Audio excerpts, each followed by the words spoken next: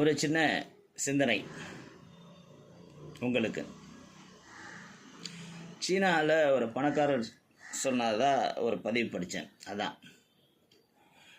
அவர் என்ன சொல்கிறாருன்னா, நீங்கள் குரங்குகளுக்கு முன்னால் வாழைப்பழங்களையும் பணத்தையும் வைத்தால் குரங்குகள் வாழைப்பழங்களை தேர்ந்தெடுக்கும். ஏனென்றால் பணம், பல வாழைப்பழங்களால் பணம் கொடுத்து வாங்க முடியுங்கிறது அந்த குரங்குக்கு தெரியாது, புரியாது.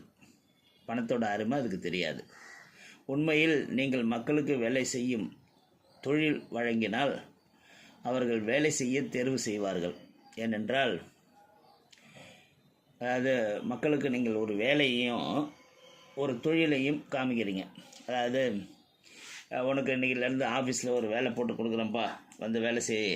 இன்னொரு ஆப்ஷன், நீ ஒரு 25,000 முதல் போட்டு ஒரு வேலை செய்ய, இந்த மாதிரி செஞ்சால் நல்லா முன்னுக்கு வரலாம் என்ன நான் சொன்னேன்னா, நம்ம அந்த கம்ஃபர்ட் ஜோனுங்கிற வேலையை தேர்ந்தெடுத்துட்டு நல்லா கவர்மெண்ட் ஆஃபீஸில் போய் ஏசியில் உட்காந்து வேலை செய்யலாமே என்று சொல்லி அதை தான் தேர்ந்தெடுப்போம்.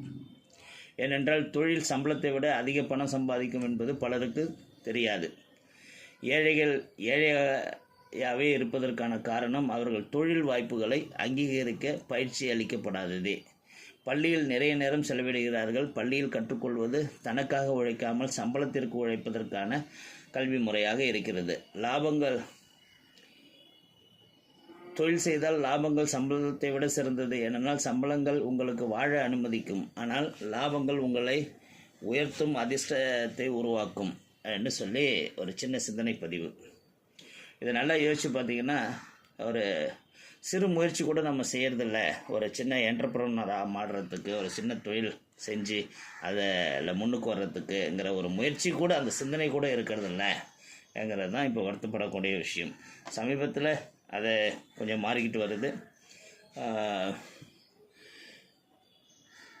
ஒரு சமீபத்தில் ஒரு +2 படிக்கிற பெண்கிட்ட பேசும்போது ரொம்ப ஆச்சரியமாக இருந்தது. நான் எந்த வேலைக்கும் போக மாட்டேன் இன்னொன்று, ஐயோ எந்த வேலைக்கும் போக மாட்டேன் சோம்பேறியோன்னு நினச்சா, இல்லை, I want to become a entrepreneur, நான் ஒரு புதுசாக நானே ஒரு தொழில் செய்யணும் என்று சொன்னது ரொம்ப ஆச்சரியத்தை ஏற்படுத்தியது.